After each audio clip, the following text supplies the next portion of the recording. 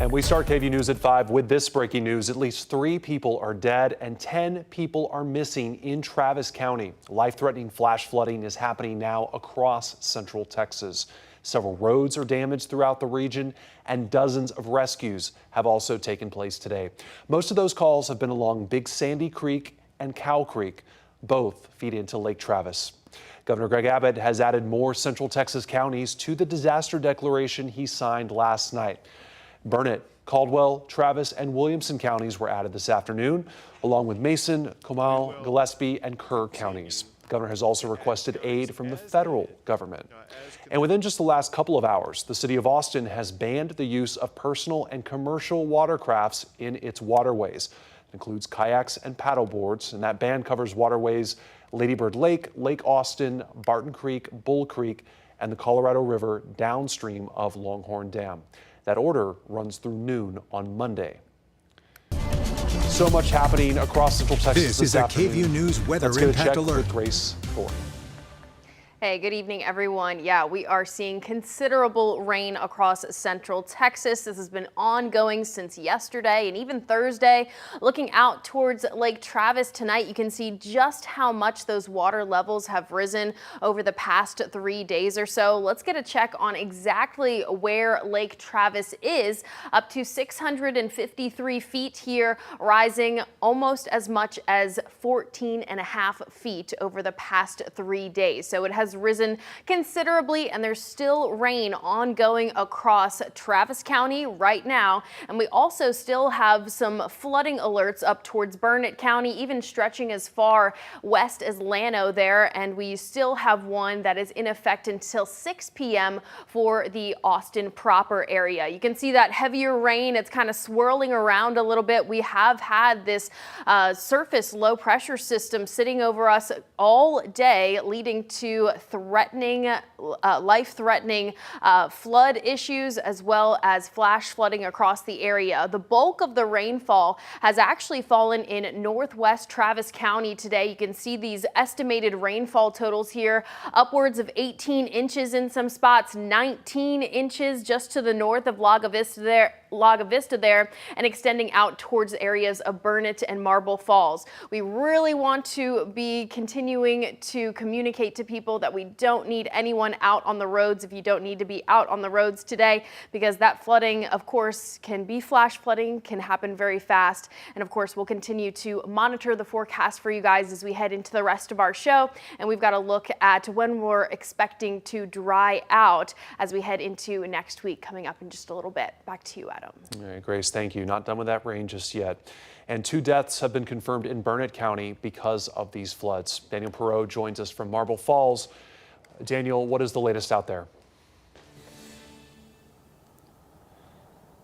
Adam, we are along East Farm to Market Road 1431 in the Marble Falls area. This is close to Faith Academy and Hamilton Creek. Faith Academy right now is a staging area for first responders and resources. They've got a lot of resources there, personnel, vehicles, boats, a helicopter there, as well as they continue their search and rescue operations. Several roads throughout Burnett County are currently underwater and closed off to vehicle traffic. As you said, so far 2 deaths have been reported in the county, including one at the trailer park behind me. You can see that it is completely underwater. There's a pickup truck that has been flipped on its side.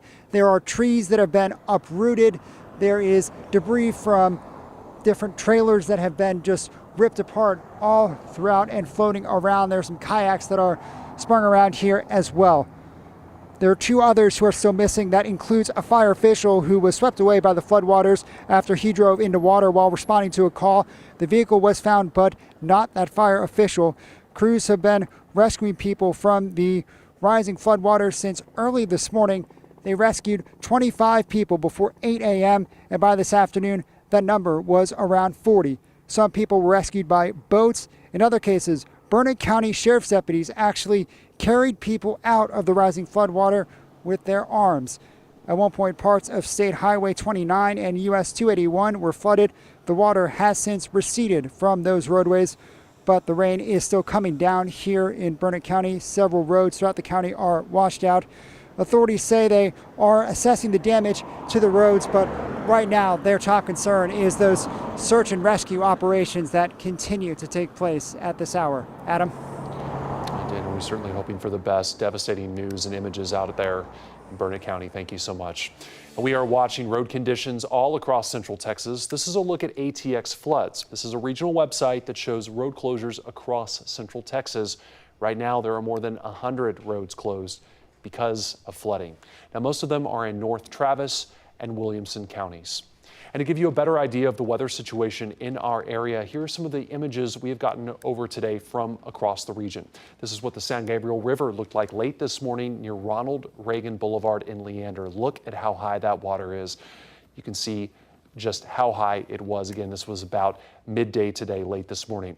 Roads in Travis County also saw damage from flood waters. County leaders say FM 1431 suffered major damage. More state personnel are coming in to help with operations. Also, the city of Leander has closed several parks and trails. This is Lakewood Park earlier today. The Parks and Recreation Department says if you have a reservation for today, you will receive a refund. And in Liberty Hill, flash flooding destroyed a bridge. This is before County Road 282 and Highway 1869. You can see in the photo that rushing water just broke right through that asphalt. Just shows you the power of that water. And in Burnett County, this bridge is washed out by flood waters. This is FM 963. It's between Burnett and FM 1174. Now, in a Facebook post, Northeast Burnett County Fire and Rescue warned people to stay home if they can. Cannot repeat that message enough. In light of this flooding emergency, the city of Burnett is also asking its residents to conserve water. And with several roads closed, Burnett County officials are asking drivers, again, to stay home if they can. KVUE's Brianna Perez joins us now live near Bertram, where some roads are seeing severe flooding. Brianna. That's right, Adam. I'm on FM 1174, and I just want to give you a look at how the road looks right behind me here. Strong currents on this creek going over this street here, not allowing people to enter or exit that road, although it does look like it may be weakening at this time. But really, throughout the entire area here, roads have taken a heavy toll. Now, we do want to show you a look at Baghdad Road in between Liberty Hill and Leander earlier today. You can see the road here has been completely torn apart. Debris scattered throughout the roads, and a red truck can still actually be seen stuck in the trees off to the side. Witnesses tell us heavy waters swept through here, and first responders did have to rescue people overnight. We also passed by the San Gabriel River. Water there was also rising and very rough as it moved downstream. But back here at this creek in Bertram, local residents tell me they have never seen anything like this. Still, some say they are worried about what will come next. How do we rebuild from something like this? I mean, we take a beating in the hill country often, but with floods like this isn't something we're used to. This isn't something that, we typically have to, bounce back from.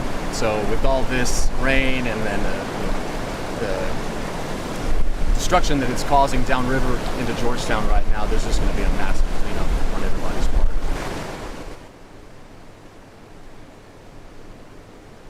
And Joseph Schammel tells me he has lived here all his life, and this is very concerning to see. He says his parents live across the creek, and he has been struggling all day to find a way through to check on them. He says he will continue to wait until this clears. However, with rain still trickling down every now and then, he does not know when exactly that will be. And of course, this is a good reminder for everybody right now. Turn around, don't drown. If you're seeing the roadways look something like this, remember it only takes about 2 feet of water to sweep most cars in the area. So again, stay away from these kinds of roads if you ever encounter them. And of course, we'll be sure to keep you updated and continue to monitor the roads.